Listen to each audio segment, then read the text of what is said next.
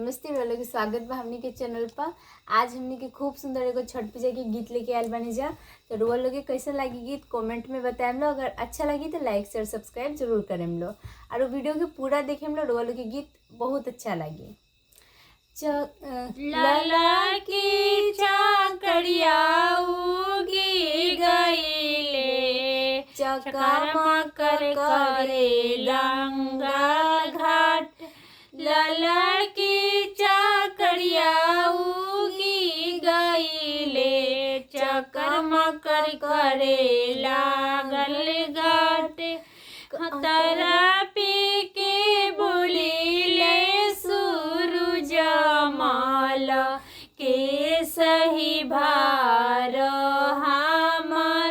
तरा पी के बोलीले दीनानाथ के सही भार हमर। हंसी हंसी बोलीले अशोक सैया हम सब भार राउर। हम सब भार राउर। धनी मोरा करिहे छठ के बरतिया। धनी मोरा करिहे टावर। धनी मोरा करिहे छठ के बरतिया। धनी मोरा करिहे टावर। लाला की चाकरिया उगी गईले चाकर मकर करे लागल घाट।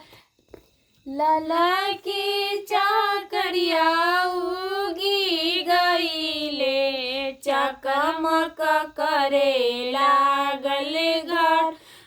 तरा पी के बोलेली छठिया मैया के सही भार हमर। तरा पी के बोलेली छठिया मैया के सही भार हमर।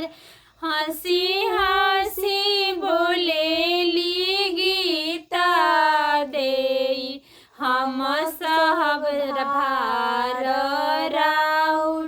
हंसी हंसी बोलेली गीता दे हम सब भार राउर। हम करबा छठ की बरतिया। हम करबा टावर। हम करबा छठ की बरतिया। हम करबा टावर।